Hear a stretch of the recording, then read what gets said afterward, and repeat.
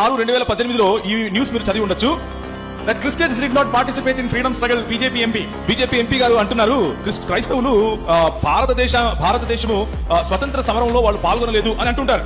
We cannot blame him ఆమెను మనం ప్రస్తుతానికైతే ఏం మాట్లాడలేం కానీ, because the only history books he might have read is from RSS Shagas. ఎందుకు అంటే ఆర్ఎస్ఎస్ వాళ్ళు రాసుకుంటే హిస్టరీ పుస్తకాలను చదివి ఉండొచ్చు బహుశా. In Bunch of Thoughts అనే పుస్తకంలో Guru Govalkar ji, గురు గోల్వాల్కర్ గారు he said the same thing. ఆయన కూడా ఇదే మాట మాట్లాడారు. In part 2 chapter 12 రెండవ భాగము 12వ అధ్యాయంలో he said Christians did not participate in freedom struggle. ఆయన అంటారు క్రైస్తవులు భారతదేశ స్వాతంత్ర సమరయోధులుగా ఎప్పుడు లేరు అని చెప్తాడు. So we know that BJP MP is reading this book and he is only repeating it. We cannot blame him. ఎందుకంటే మనం ఆయన కూడా తప్పట్టక్కర్లేదు. ఎందుకంటే ఆయన కూడా వెళ్ళి ఆర్ఎస్ఎస్ శాఖలోనే చదువుకున్నాడు కదా, అంటే ఆయన స్థాపించిన శాఖనే కదా, కాబట్టి ఆయన చెప్పేదే వాళ్ళు వింటారు, వాళ్ళు చెప్పేది వింటాడు. But you can see actually Christians participated in India's freedom struggle throughout its history. కానీ మీరు చూడగలిగితే చరిత్ర యావత్తు మనకు సాక్ష్యంగా చెప్పేది ఏమిటి అంటే క్రైస్తవులు మన దేశ స్వాతంత్ర సమరంలో పాల్గొంటూనే వచ్చారు.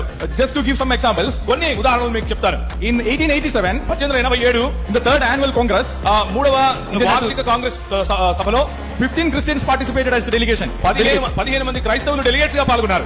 In 1889 1889 among the 10 women delegates, 10 మంది స్త్రీ డెలిగేట్స్ లో total there are 10 women delegates, out of them 3 were Christians. 10 మంది డెలిగేట్స్ ఆ సభలో రిసోర్స్ పర్సన్స్ గా ఉంటే వాళ్ళలో 3 క్రైస్తవులే. Similarly, there are numerous Christians who have participated in the India struggle. అలాగే చాలా ఎక్కువ మంది భారతదేశ స్వాతంత్ర సమరంలో క్రైస్తవులు పాల్గొన్నట్లుగా చరిత్రలో దాఖలాలు ఉన్నాయి. For example, one more example. ఉదాహరణకు ఇంకొక ఉదాహరణ చెప్తాను. సుశీల్ కుమార్ రుద్ర గారు, he was the first Indian principal of St. Stephen's College. Saint Stephen college కు ఉన్నటువంటి మొట్టమొదటి భారతీయ ప్రిన్సిపల్ గా ఉన్నారు ఆయన. Non-cooperation's movement draft was initially prepared in his house. వాళ్ళ ఇంట్లో కూర్చుని సహాయ నిరాకరణ ఉద్యమం అన్నది మొదలైంది. దాని గురించిన రణనీతి అక్కడే మొదలైంది.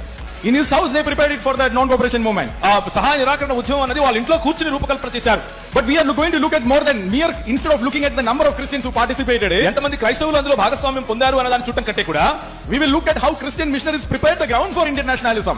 క్రైస్తవులు ఏ విధంగా ఈ భారతదేశానికి ఉండవలసినటువంటి జాతీయవాదం తీసుకురావడం కోసం పునాదులు వేశారు అన్నది చూద్దాం. For that we need to know little bit of history. దానికి 26/2018లో ఈ న్యూస్ మీరు చదివి ఉండొచ్చు. That Christians did not participate in freedom struggle. BJP MP గారు అంటున్నారు క్రైస్తవులు భారతదేశము స్వతంత్ర సమరంలో వాళ్ళు పాల్గొనలేదు అని అంటుంటారు. We cannot blame him ఆమెను మనం ప్రస్తుతానికైతే ఏం మాట్లాడలేం కానీ, because the only history books he might have read is from RSS Shagas. ఎందుకు అంటే ఆర్ఎస్ఎస్ వాళ్ళు రాసుకుంటే హిస్టరీ పుస్తకాలను చదివి ఉండొచ్చు బహుశా. In Bunch of Thoughts అనే పుస్తకంలో గురు గోవాల్కర్ గారు he said the same thing. ఆయన కూడా ఇదే మాట మాట్లాడారు. In part 2 chapter 12 రెండవ భాగము 12వ అధ్యాయంలో he said Christians did not participate in freedom struggle. ఆయన అంటారు క్రైస్తవులు